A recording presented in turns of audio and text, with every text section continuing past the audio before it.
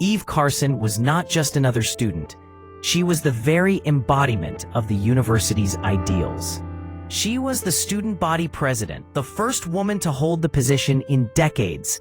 She was a Morehead Cain Scholar, UNC's most prestigious academic award. She was brilliant, relentlessly optimistic, and possessed a rare, effortless charisma. She was the golden child of the campus, destined for a life of extraordinary achievement.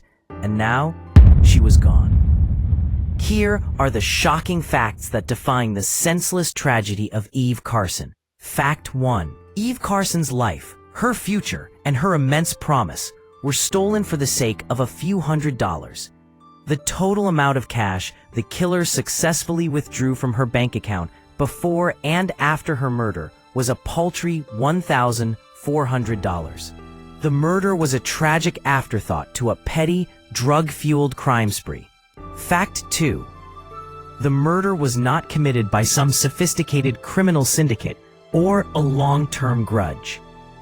It was the result of a random, brutal encounter initiated by two men, Demario Atwater and Lawrence Levet Jr., who had histories of escalating violence and were simply looking for a new victim.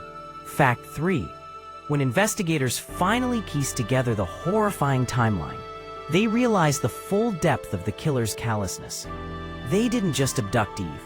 They drove her around for several hours, forcing her to attempt ATM withdrawals, treating her life as an inconvenience as they tried to maximize the take from her bank accounts. Her final hours were spent in terror and humiliation, followed by a cold-blooded execution. Fact 4. The case exposed a terrifying, interconnected web of violence. As police investigated, they discovered that one of Eve's suspected killers, Lawrence Levet Jr., was also linked to the murder of a Duke University graduate student, Abhijit Mahato, just weeks earlier. This was not an isolated incident. It was a spree of violence targeting brilliant, hopeful young people for the sheer casual gain of cash. To understand the magnitude of this loss, we have to look back at the light that was Eve Marie Carson. She grew up in Athens, Georgia, and was not merely a bright student. She was a natural leader, driven by a deep sense of social responsibility and an innate warmth that made everyone around her feel valued. Her high school years were marked by an almost impossible level of achievement. She was a scholar, an athlete, and a community volunteer. She wasn't just checking boxes, she genuinely wanted to make the world better.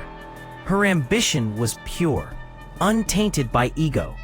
This trajectory brought her, in the fall of 2004, to the University of North Carolina at Chapel Hill, one of the nation's preeminent public universities. She arrived not just as a student, but as a Morehead Cain Scholar, a distinction reserved for students who demonstrate extraordinary potential for leadership and moral force. The scholarship covered all her expenses and provided her with summer enrichment experiences around the globe. It was the academic equivalent of a coronation.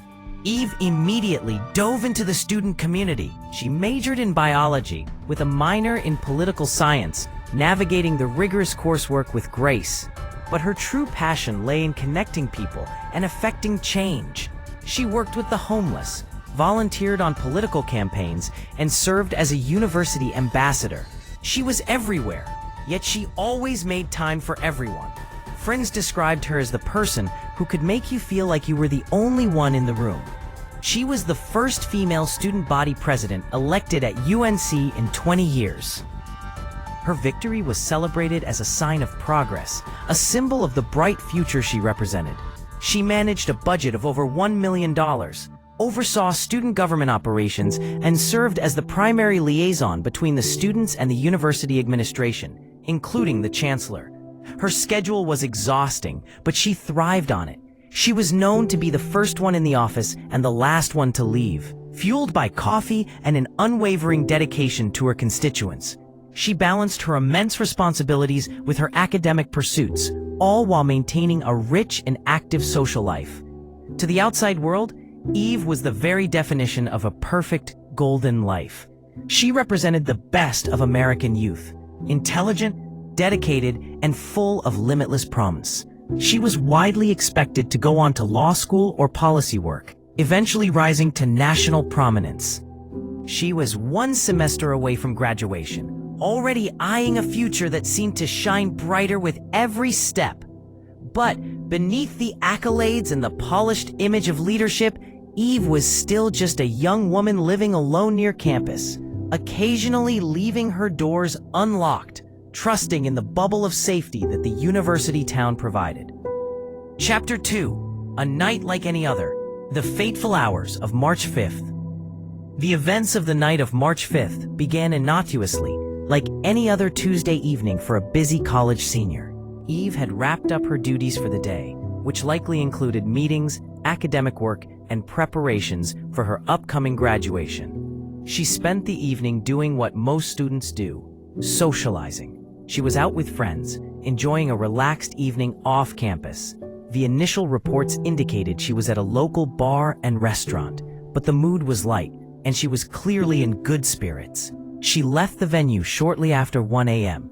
Eve was driving her dark blue 1999 Toyota 4Runner SUV. She was likely heading back to her rented home near the intersection of Davie Circle and Hillcrest Road, an area close to the campus, one she navigated countless times.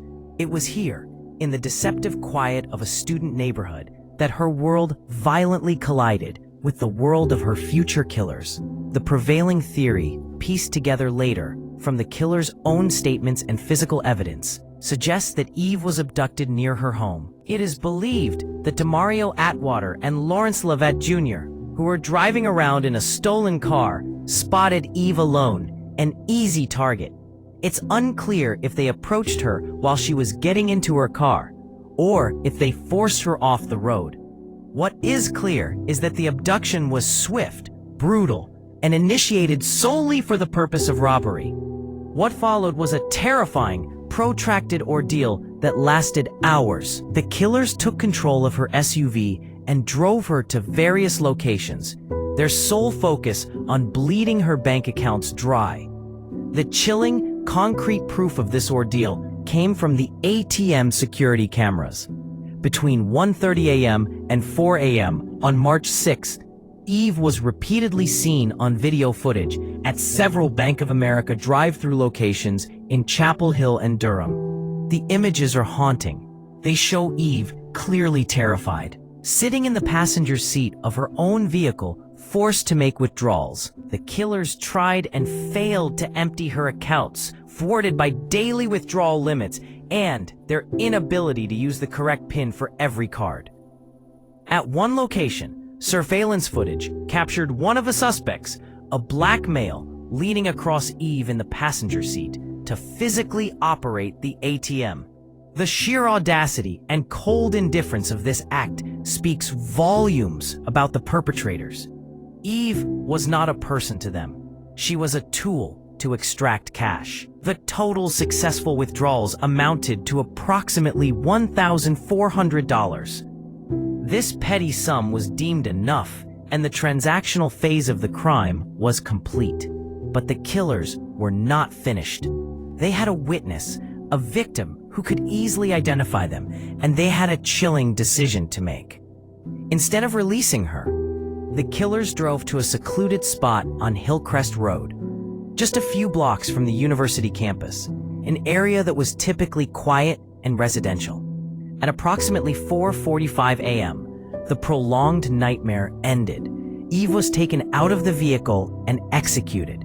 The killers used a double-barreled shotgun, shooting her twice. It was a vicious, final act designed to eliminate all evidence of the abduction and theft.